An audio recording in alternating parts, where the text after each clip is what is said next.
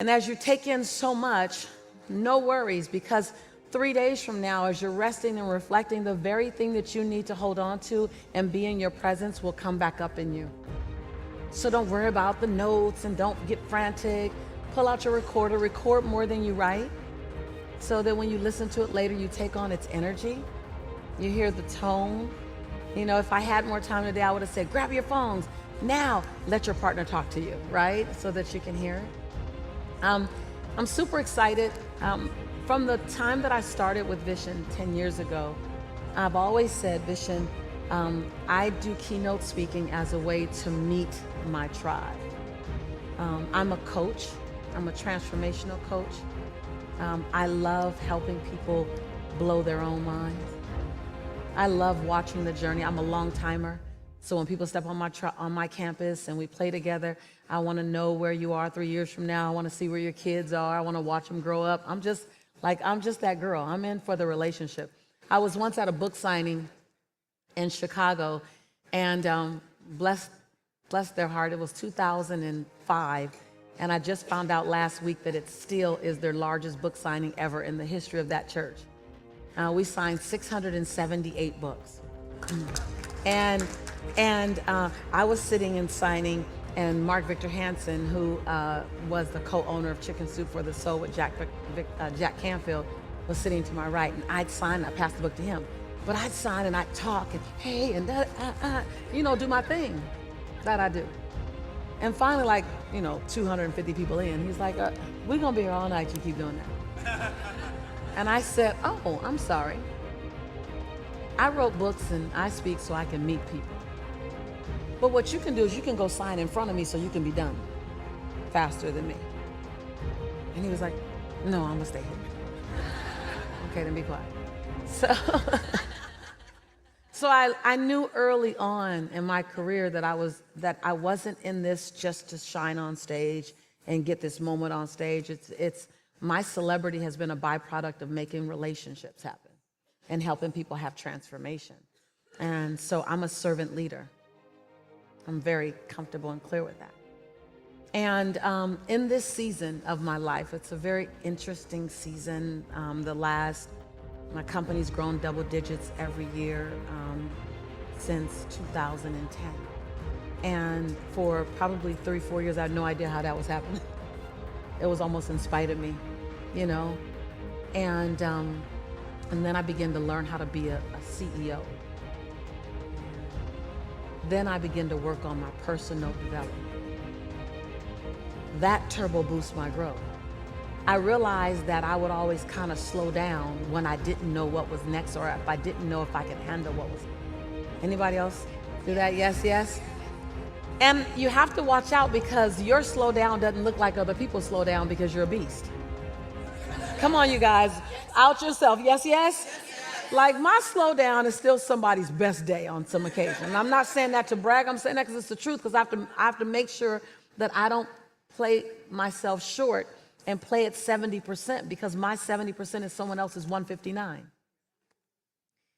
And so I began to invest in personal development. I began to ask the question and find out, where would I stop? What if 100,000 doesn't scare me? Does 1 million scare me? If 1 million doesn't scare me, does 10 million scare me? I'm just using that as numbers. That can be for people as well, not money, just people as well. If my reach in the U.S. and then my reach on where would I stop? And then how can I handle that part of me? Does that make sense? That am I comfortable having conversation engagement with men, but when it came to a relationship, do I stop? It's getting hot in here. Don't take off none of your clothes. And so I became fascinated with finding my limit. Because what I've learned is that we have a habit, and just let me know if this is you, it's an unconscious habit of stepping out of our comfort zone, doing something big, and then stepping back in it. Yes, yes? And it's okay, because we're giving credit for stepping out of our comfort zone, but we never are held accountable for the fact that we step back in it. And so I began this pursuit, and I'm just sharing with you how my life became unrecognizable, if I could. Just take a few minutes Because I was interviewed 155 times in 5 months, and the number one question was, how'd you do it? And I began to go, I need to understand the journey. I don't really understand the journey at one time because I was in it. I was living in it. I was Jelani's mom trying to transform our lives. I wasn't taking notes of how is this happening? Like I wasn't doing that because I didn't know I'd be on stage. I didn't know I'd be in interviews. I didn't know people want to know. I didn't know Dr. Phil would call me and say, come to my house, sit in front of me in my backyard and tell me about your life. I'm like, what am I doing here? You know, I didn't know that Steve Harvey would put a call out for me and hunt me down and meet me in the hotel on Avenue of the Stars in Century City and say, I've been watching you. I really would like you to work with me. Tell me about your life. Like I just didn't see any of that coming. I didn't start the journey for that. And so all those things were byproducts of just doing something. And I kept going, what is it? And so I went back and I looked. And I kept myself in personal development. Now, I was growing this business on the side. I'm writing book number 1, book number 2. And oh, by the way, when I say write, that's a big deal for me because I'm functionally dyslexic. And that's a hard thing for me to do. And it's not fun. So when people say, oh, you're an author. No, I'm not. I'm not. No, so you're a writer. I said, I'm not a writer. I'm an author. Writing is really painful. And it's nothing I do. I go, yeah, I'm a writer. No, I'm an author. That other part is labor because I want the message to come out. And so when I look at all the things that have occurred and I look at coming at places like this in Kazakhstan and Kiev and South Africa and Budapest and Dubai and all the beautiful places all around the world that I've been, I go, what was that thing that I kept doing? Because at this point in my career and my life, I should be working to bottle it up so I can help give it to you. That's all I should be doing. Does that make sense, you guys? Like, I have no interest in people just watching me. I want to watch you too. I want to watch your greatness. And so I began to study, what was it? Now I have a natural ability to speak, but even with that wasn't enough to keep it growing. It was the personal development. You know, I'm talking about the word fine. How you doing? Oh, I'm fine. Oh, really? You are? Dragging around those extra 40 pounds? You're fine? Feeling like roommates with your spouse? You're fine? You haven't had sex in 4 months? You're fine? Really? I don't think so. But see, here's the deal with saying that you're fine. It's actually genius. Because if you're fine, you don't have to do anything. But when you think about this word fine, it just makes me so angry. I mean, here we are at a conference about being alive, and you're going to describe the experience of being alive as fine? What a flimsy and feeble word. If you're crappy, say you're crappy. If you're amazing, say you're amazing. Tell the truth. And this not only goes for the social construct, oh, I don't want to burden you with the fact that I hate my life, or, hey, I'm amazing, but that would make you feel terrible. The bigger issue with fine is that you say it to yourself. That thing that you want, I guarantee you, you've convinced yourself that you're fine not having. That's why you're not pushing yourself. It's the areas in your life where you've given up, where you've said, oh, I'm fine. My mom's never going to change, so I just can't have that conversation.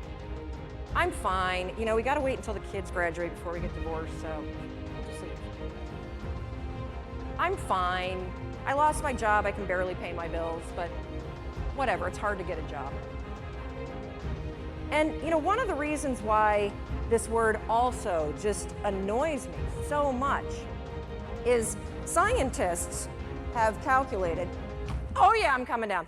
Scientists have calculated the odds of you being born. That's right, they've crunched the numbers. I see you up there. They have crunched the numbers on you. Yeah, no, you guys standing up, you want to sit down for this. They've crunched the numbers on you being born. And they took into account all of the wars and the natural disasters and the dinosaurs and everything else. And do you realize that the odds The odds of you, yeah, right here, put your computer away, stand up from me, Doug. So the odds of Doug here, turn around, say hi to everybody. The odds, yeah, of Doug being born at the moment in time he was born, to the parents you were born to, with the DNA structure that you have, 1 in 400 trillion. Isn't that amazing? Yes. You're not fine, you're fantastic. You have life-changing ideas for a reason, and it's not to torture yourself. Thank you.